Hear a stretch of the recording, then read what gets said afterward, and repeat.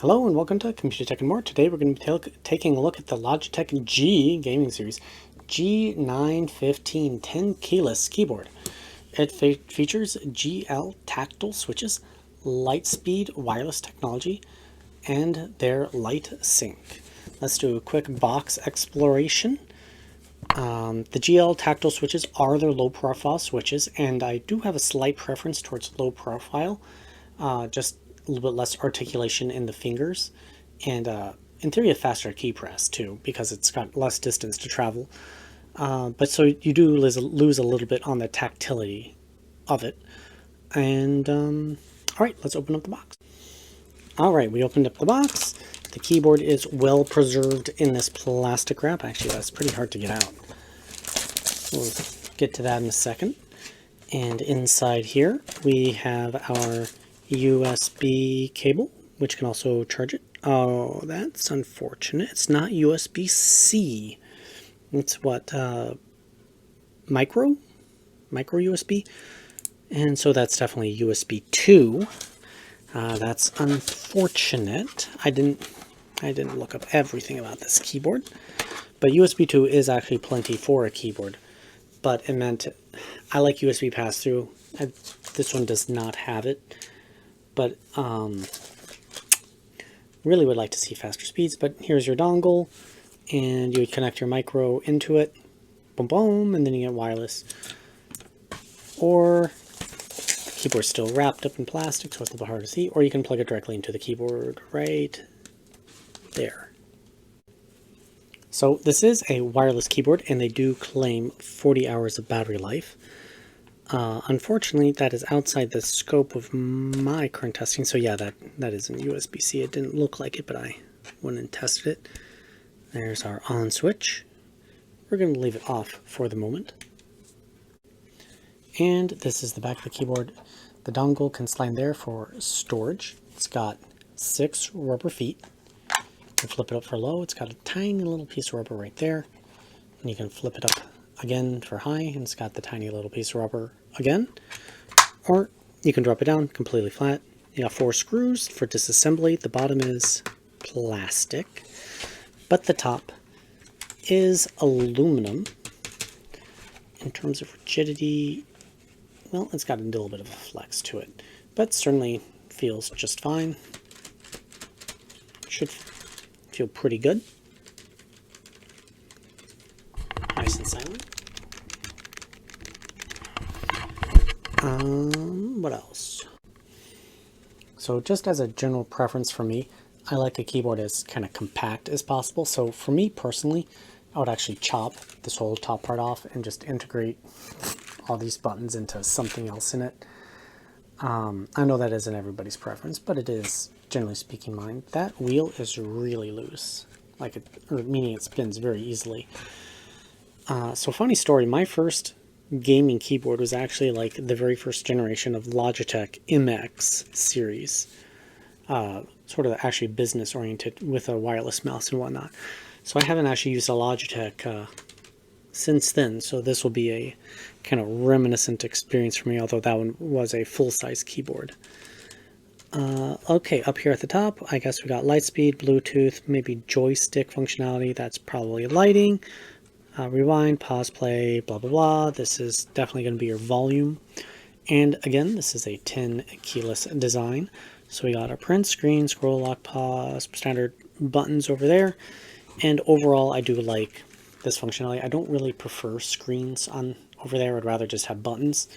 So this is nice for me in particular. And we can pop that off, and it is Logitech's proprietary switch, which means they're most definitely soldered in, assuming I could even get it out. And it uses their own special type of mounting mechanism, which is that 2 prongs on there. And there are some other screws hidden throughout it. And they're actually pretty nicely hidden underneath the switches. Like, you'd actually have to look for them. In terms of general stability,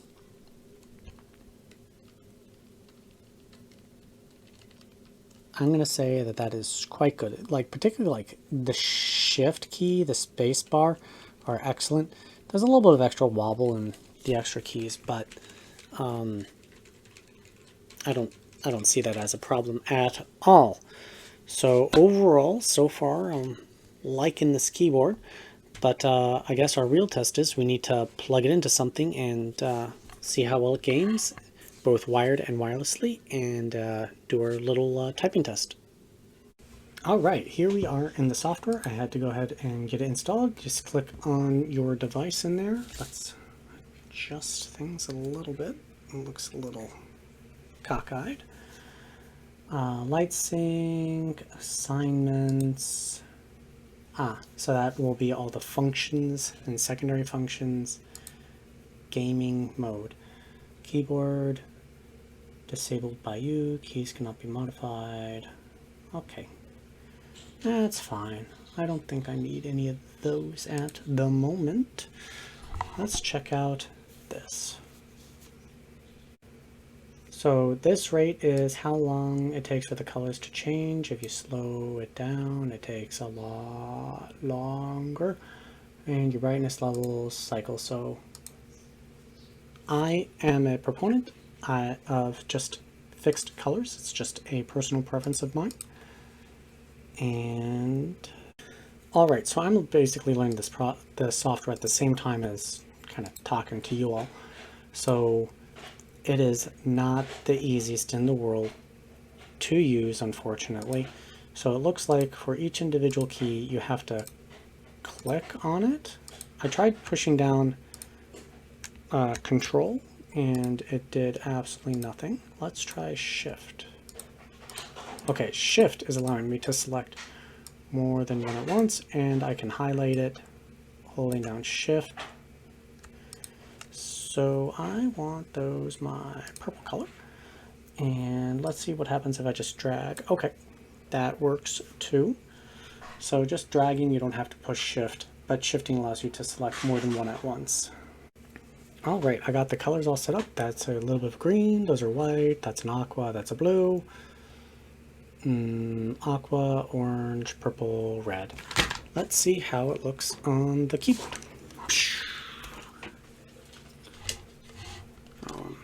Pulling my mic. Well, there it is. I think that looks pretty nifty. So the software I put as adequate level. It's not the best, it's certainly not the worst. So it's perfectly, well, usable as compared to my drop shift. Let's get the two near each other. So, kind of like that. The quality of the keycaps in terms of how well the light shines through does appear to be a little bit better on the Logitech, but I'll leave that up to you all. Now, one of the main things I'm noticing about this keyboard is this is a large 10 keyless. So there, it's sitting more or less straight on top, and it covers pretty much the entire keyboard. So if you're choosing 10 keyless to save desk space, you probably want to get a different 10 keyless keyboard. It's just the fact of the matter with this one. What else do I want to say about it? That's definitely the scroll wheel. And let's go ahead and do a gaming test. We're going to use it wirelessly and wired and just see what's what. All right. Logitech keyboard, let's do the typing test. I'm going to be doing it wired because wireless should actually matter that much. As always, my disclaimer, well, these are my past results. This was the Razer mesh membrane one, and this was actually a really cheap one. The RK gaming keyboard, it's on my channel. And these are a couple other Razer linear ones. And anyways, I'm getting off topic. So I'm going to have the microphone pointed at the keyboard so you can get a good listen for what the keyboard sounds like. I'm looking past my my camera, which is in front of the screen, so it's a little bit hard for me to read. I'm dyslexic. And let's get into it.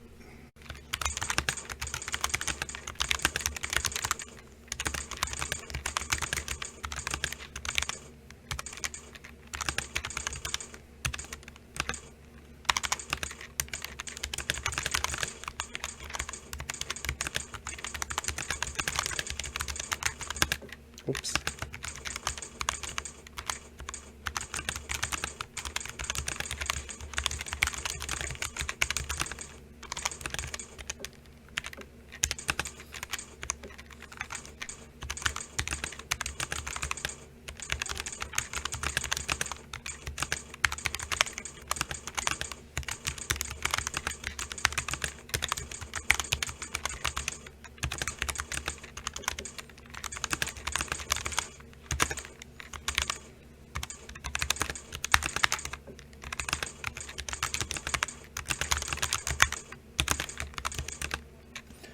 Wow, that was rough. 52 words per minute.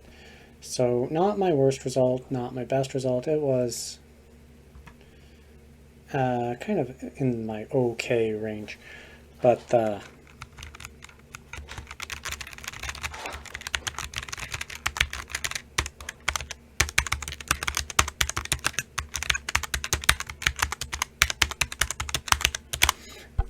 feel,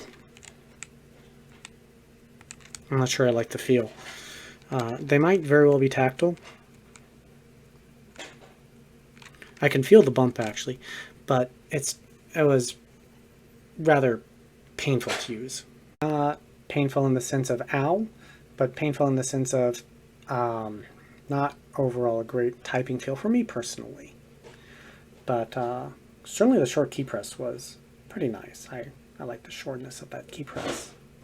So I guess we'll just have to do a gaming test and check out other things. So I forgot to check this in the software, but over here you click on it, you go to device settings, and then you can turn on onboard memory. I forgot to do this actually, so I had my profile all set up, but I didn't save it in a memory profile. So that means the colors didn't load up when I just transferred over to my gaming computer for gaming testing. My opinion is it should just do it by default and you shouldn't have to turn it on, but I guess that's what it is. In here you can have low battery modes, milliwatt, how much battery juice it has in there, inactive lighting, and then onboard memory mode on. Got it. Don't show me again. We want this onboard memory turned on. And then, like I said before, we have all the different colors. I'm going to just go ahead and put it on fixed while we do our gaming test. I was actually trying to look for the pulling rate. I think it should be around 1,000 because it's got lightning, and well, right now we're actually plugged in. So we're going to check both. Okay, so we have it in wired mode. Let's go ahead and give it a go.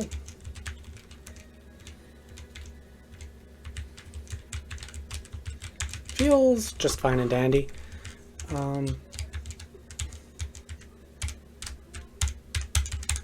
Responsiveness feels right there. Uh-oh. I fell to my death. Oh no. Okay.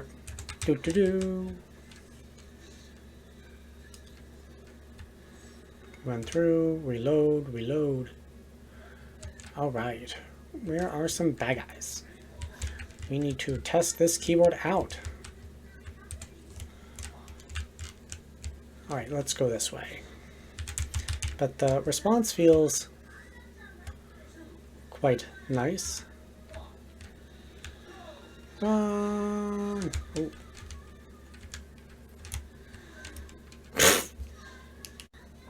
Alright, I just plugged in the receiver. I mean, obviously it's sitting right next to it, so it's getting the best possible results.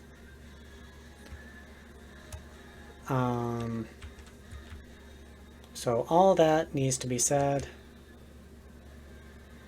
Oh boy.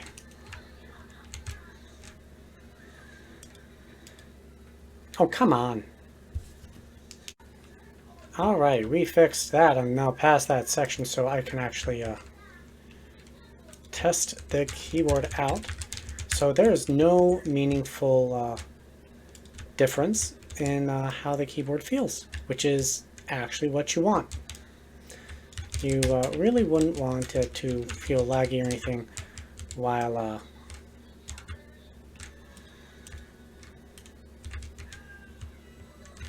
you're gaming wirelessly or anything like that.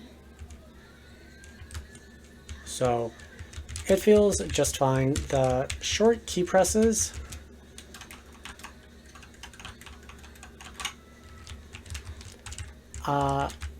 feel slightly snappier, but not by much to my regular keyboard. So what it'll come down to is the response time, if you're able to notice it. I personally am not, so take that for what you will. Obviously, I'm just kind of running around trying to give you a feel for this keyboard. Yeah, it's perfectly fine. And now, wrapping things up, let's see what a professional review has to say about it. I use RTings. In gaming, it's rated at 9.2, mobility, tablet, 6.5, office work, 7.4, programming, 7.8. The build quality is rated at an 8.0. The ergonomics is rated at a 7.5. Backlighting is rated at 9.6 because it has good color, or it's got poor color mixing, but a good black light uniformity. And in typing quality is rated at 6.5, so it's rated pretty low, and I kind of agree with that. The keycaps are also ABS plastic as opposed to PBT, and the switch quality is not that great, which explains a lot why I was having trouble with it. The tactile bump is just barely there, and I'm looking at the ratings, RTings.com's graph for it. It's just barely there. Typing noise is rated at an 8.8, which is very good. Latency is excellent, rated at a perfect score of 10. Wired is 1.3 milliseconds, with the receiver is 1.9 milliseconds, and Bluetooth is 8.9. For reference, my drop shift back there is rated at like 6 milliseconds. So this is substantially faster. And that brings us right to the end. So this is truly an excellent gaming keyboard, but not so much really anything else. It was fun to test it out. I sort of like low profile keys, but I wish it had a bigger tactile bump right at the beginning and then just kind of loop down real sharp at the end, so it would have a very short key press, but it's just not quite there for me. So for me, it's not my keyboard of choice. But I hope this gave you some good relevant information about it, and so that you can make your own decision. For more video reviews, I have several other keyboard reviews on my channel, so check them out. And if there are other things you want me to take a look at, please leave it down in the comment section down below, as well as how I can improve my videos, what kind of information you would like me to provide. Other than that, check out my Patreon page. Viewers like you help make this channel possible. I'm also big into fan testing right now, and I'll see you all next time on Computer Tech and More.